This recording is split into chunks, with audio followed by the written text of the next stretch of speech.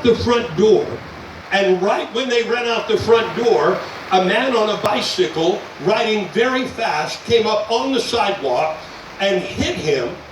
He threw him into the glass front of our building, and all I could hear was this child, "Ah!"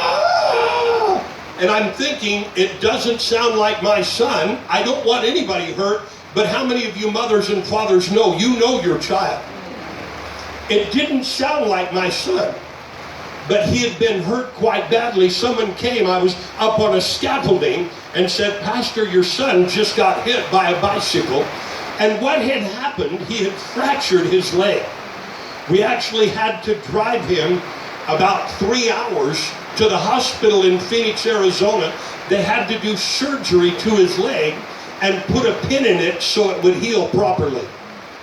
But now listen to what happened.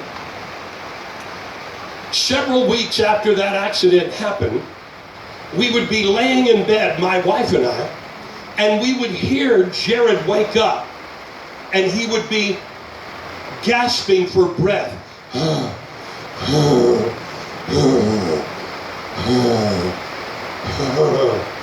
And we would go into the room and we would hold him.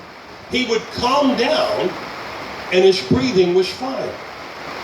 What was very interesting about that at the time, that happened 3 or 4 times. But then I was at a healing crusade that my pastor was preaching, and I heard him talk about how asthma and problems here are linked to a spirit of fear. And I thought about that. He had been traumatically injured, had to have surgery. He's only 3.5, and about 3 weeks later, and we would go in, hold him, he would calm down and be okay.